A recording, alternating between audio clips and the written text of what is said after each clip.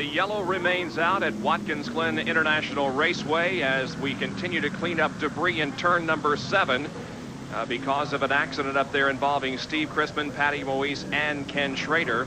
We should be going green in just a couple of more laps, however. The field is slowed right now, but when they get back up to speed, the drivers will be experiencing what we refer to as G-Forces and G-Load. Well, what does it do to a driver? How does it affect his driving ability? Here is Dick Berggren. This is a G-Analyst. It measures acceleration, cornering, and braking effort. Here, engineer Doug Gore installs a G-Analyst into Benny Parsons' Winston Cup race car, where Benny will take us for a ride around the speedway. Handling reads out in G's, the force of gravity.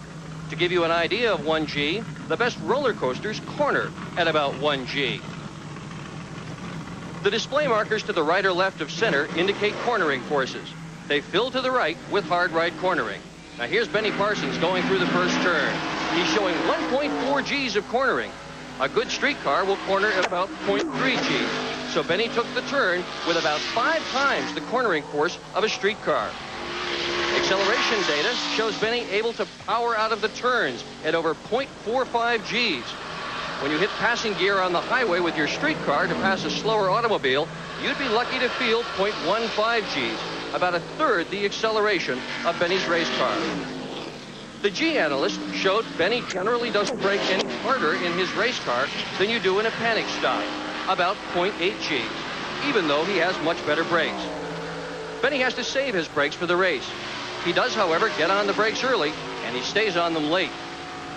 The G-Analyst can be conveniently mounted in either a race car or a street car. It's a device that helps teams set up their race cars to corner better, and it's an excellent help in testing. It's also a big help in improving driver skills. So a little bit of information there on G-Forces as we are inside Benny's car now.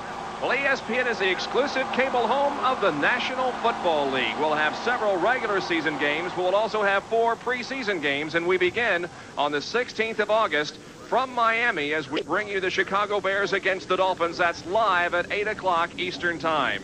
We hope you'll be with us as we premiere our coverage of the NFL here on ESPN. Now, you can see to the left of your screen, several teams are coming in and making some pit stops here for some final fuel to go the remaining 31 laps that we have to go in this race. But the leaders, at least those running up toward the front of the pack, have not pitted, including Tim Richmond, Rusty Wallace, and Terry Labonte. They've stayed out there and apparently think they can go the rest of the way without another pit stop.